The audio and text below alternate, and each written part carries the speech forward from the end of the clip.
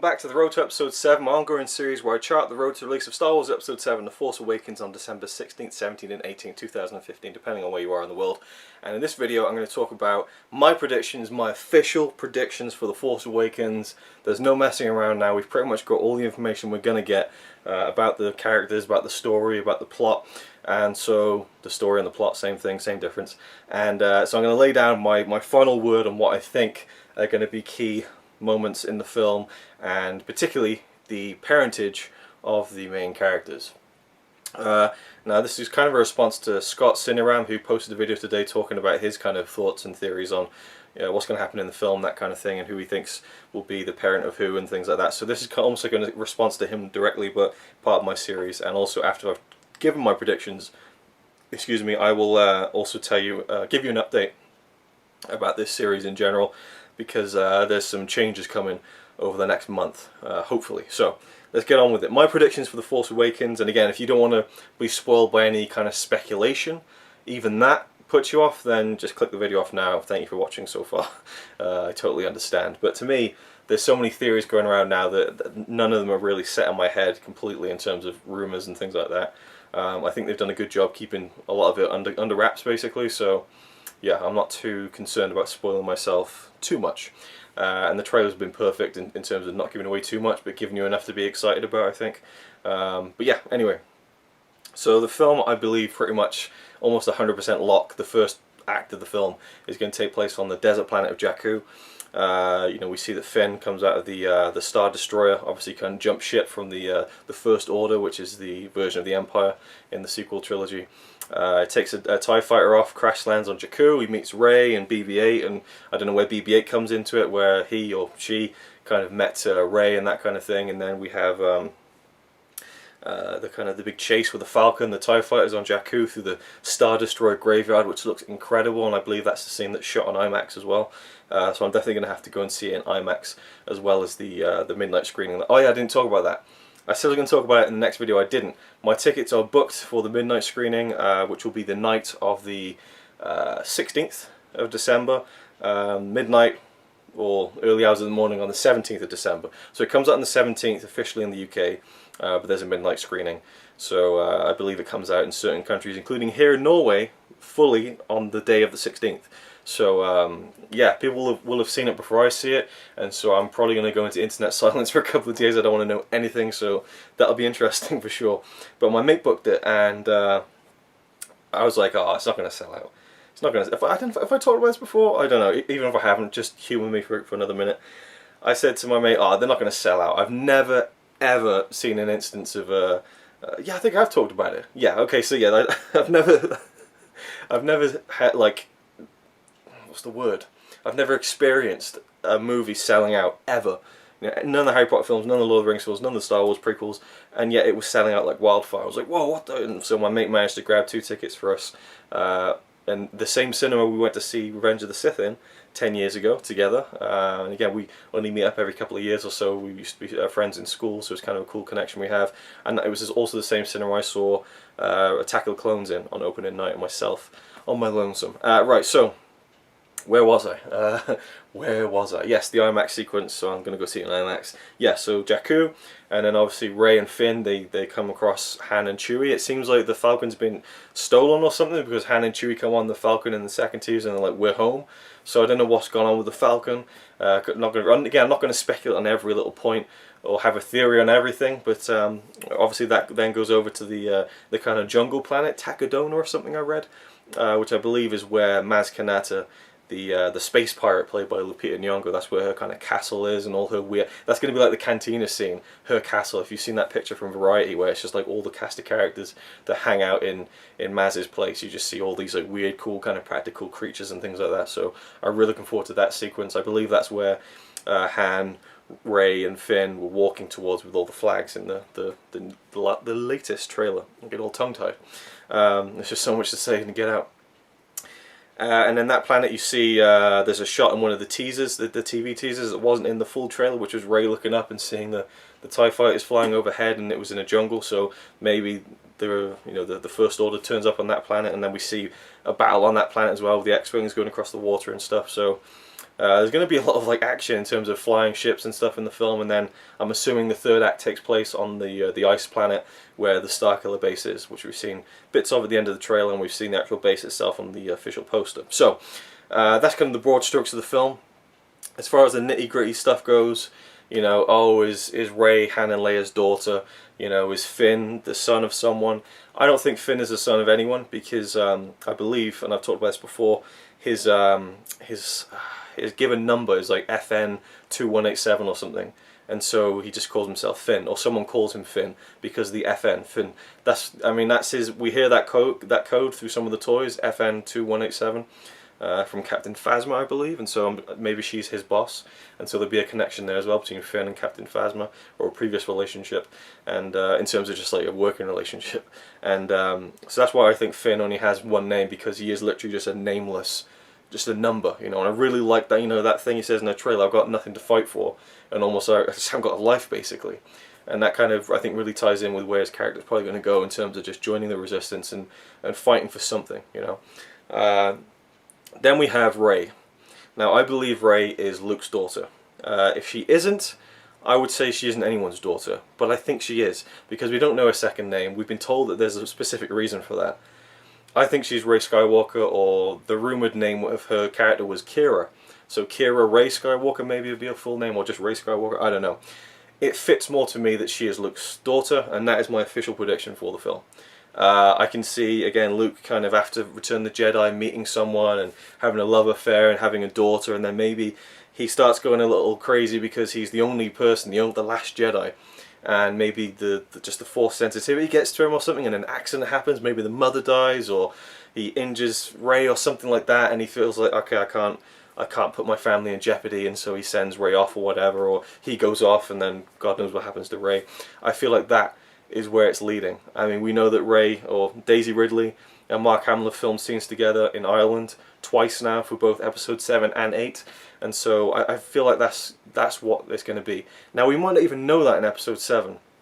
We might not even find that out till episode 9, or it might be at the end of episode 8, you know, I am your father. I mean, how cool would that be, actually, Luke Skywalker saying, I am your father? No, it'd be goofy, it'd be real. Well, you know, it could happen, you know, that there are is a cyclical kind of nature to the trilogies, or at least the 2 trilogies we've seen. So yeah, I don't know if it'll be confirmed in episode 7, but I'm still hedging my bets on Rey being Luke's daughter. I don't think that she's Han and Leia's, because for one, we see Rey and Han in the same scene in the 3rd trailer in the Falcon, and she's like, oh, the stories, are they true? And he's like, yeah, they're true. And why wouldn't he have told her that when she was a young girl?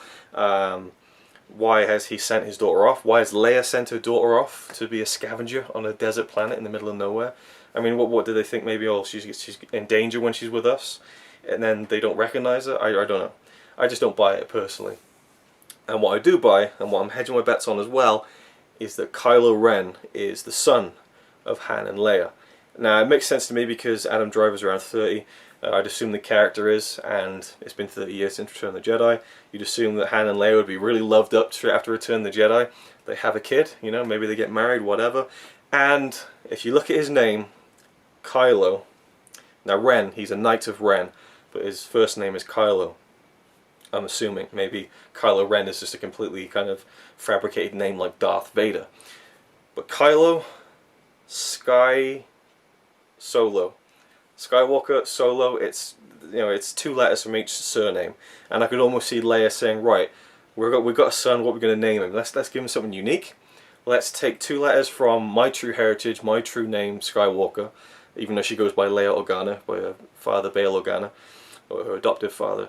So she could take 2 letters from her true surname, you know, her true kind of background, and put it into the name, and then take 2 letters from the surname of her, you know, the love of her life, Han Solo, Kylo. And also in the shot of the 3rd trailer, you see, you know, Leia hugging Han, and he's holding her and consoling her, and she looks distraught and, you know, just not like, you know, oh God, but just like, just utter despair. You know, obviously a war's going on, that kind of thing, and maybe a character dies in the film that we haven't even predicted yet. There could be a complete, you know, twist out of nowhere, and she's really sad about it. Or she's really distraught because her son is trying to become the new Darth Vader and take over the galaxy, and she's like, oh fuck, you know. So, and again, it would feed into Kylo Ren not only being obsessed with Darth Vader, and kind of being the next Vader and finishing what he started, but the fact that it's his grandfather, you know, and he feels like, I just think that'd be really cool. And then you have Rey and Kylo Ren, the two, well, yeah, I guess he would still be a Jedi, even though he's towards the dark side. You'd have the two Jedi, the dark side and the light, who are cousins. They are both Skywalkers in different ways, and then they oppose each other. And then so much stuff can be done with that. You know, there's been rumors that maybe Rey would be teased by the dark side, and who knows, we see her very upset in the trailer. Maybe something could spark her towards the dark side, maybe a complete, you know, story plot out of left field, and that would be really interesting. And with Luke, you know, being her father, I mean, who knows what's going to happen to Luke? Who knows what his state of mind is, or frame of mind is at this point in the Star Wars universe, you know. There's been rumors. I mean, there was a thing posted the other day. It was A Table for Five, I think it's called, a show that used to air a couple of years ago, and it had Kevin Smith, J.J. Abrams, Mark Hamill, a few other people, and it was filmed 10 years ago. And it says, like, everywhere it's posted online, it's like, watch Mark Hamill pitch evil Luke to J.J. Abrams 10 years ago. And oh my god, Luke's going to be evil! You know, it's like, well, not really. Bit of context, he was talking about how he was thinking that Luke was going to go evil before he made Empire Strikes Back. He thought that's where it was going, you know, and George Lucas was like, well, no, that's not the way it's going. That's all it was, you know. It would be interesting, but I would like to see Luke as the more good guy kind of character. But who knows? Shades of grey, you know, it'll be interesting. Alright, I've gone on far too long about this now, but that's my thoughts on kind of the character things. And also, the big shot of Rey crying over someone's body, maybe. I think it's Han. And I think Chewie is there, either holding his body or, you know, just on his knees in despair as well. I don't think they would give us the double punch of killing Han and Chewie. I could definitely see Chewie dying because, you know, Peter Mayhew, you know, he has a lot of trouble just walking. You know, he's a very big guy, and I think he's had like hips replaced and stuff, and so it wouldn't. I'm sure he wouldn't want to really play the character for the next, you know, 3 or 4 years. Even though I know he loves it so much, physically maybe it's taken a toll, and he wouldn't want to come back. Even though they could have Chewbacca have a limited role in the next couple of films. But I think Chewie will survive, but I think Han dies. And I've said this since the moment that he was announced he was going to be in the film. It's very simple, kind of, it's almost just mathematical. We know that in Empire Strikes Back, before they made it, Harrison Ford wanted Han to die. The writer of The Empire Strikes Back, Lawrence Kasdan, he wanted Han to die. He felt like Empire Strikes Back needed Han to die, to have that element of anything can happen and this is real serious business. George Lucas put his foot down and said, that's not my story. You're not doing that. Okay, Return of the Jedi rolls along. Harrison Ford wanted Han Solo to die. The writer, Lawrence Kasdan, I'm pretty sure Lawrence Kasdan wrote it, but anyway, Harrison Ford definitely wanted Han Solo to die. In Return of the Jedi, Lucas again put his foot down. And this is all in the documentary Empire of Dreams. So now we have another Star Wars film with Lawrence Kasdan writing the film, Harrison Ford starring in the film, and George Lucas isn't involved. I just think it's a foregone conclusion, and I think it's going to happen. And I think that, you know, the way that Rey is there with the trees and stuff, you know, maybe it has something to do with Kylo Ren. You know, maybe he kills his father. I mean, there's so many things that could happen, and I'm leaning towards that. Now, Luke as well, are we going to see him in the last, like, 20 seconds of the film? We're going to see him earlier. I think we'll see him a little bit more than has been rumoured, but I don't think he'll be in it that much. Though I do think the central theme of the film will be about Luke Skywalker. Where is Luke Skywalker, and what is he doing, and how is he going to play into this? And we see the lightsaber being handed over in the second trailer. Maz Kanata, Lupita Nyong'o's character, handing over the lightsaber to Leia. Leia's hand in the second trailer.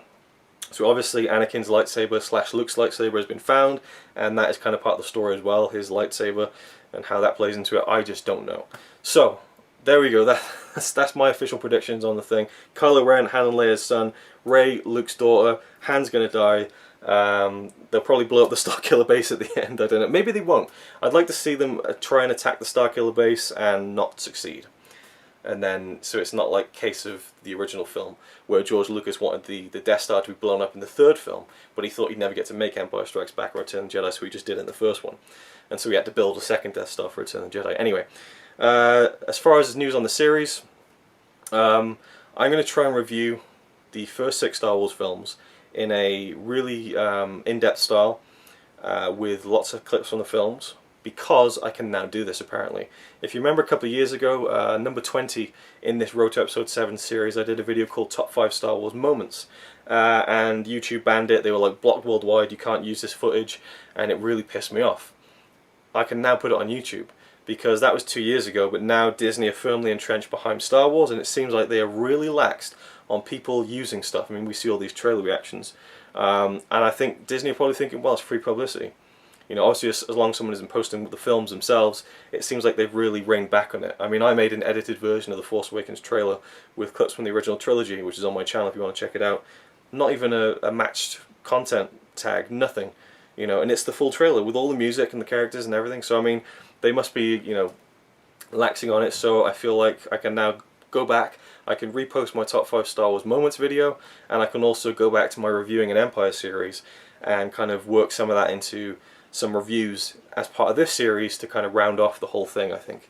So that's going to be really fun. It's going to take a lot of time, but I'm determined to do it. So over the next month or so, you should see my full reviews for episode 1, 2, 3, 4, 5, 6, and probably some bonus reviews in that style maybe, of a couple of other things in the Star Wars universe. But otherwise, other reviews will continue in terms of me just standing here and talking for a couple of minutes about one of the books or the comics or something else. So reviews are coming back. There's lots more to talk about. The ticket sales, the story about that, the story about the trailer music and why John Williams didn't do it. There's that to talk about. Also my thoughts on the is Luke Kylo Ren theory. Oh, I'll get to that in another video as well. Anyway, thank you for watching. Hope you enjoyed. Leave your thoughts down below. And yeah, look forward to the big 6 reviews, which I'm really hoping will be pretty cool. And I'm glad to finally be able to do them now that it seems like I'm able to on YouTube and people will be able to watch it. So. And as I finished filming the video, I realised I didn't even go anywhere near Andy Serkis's character, Supreme Leader Snoke, and all the things that his character could imply, and I think he's going to be a huge part of the trilogy. So yeah, I'll get to that in another video. There you go, thank you for watching.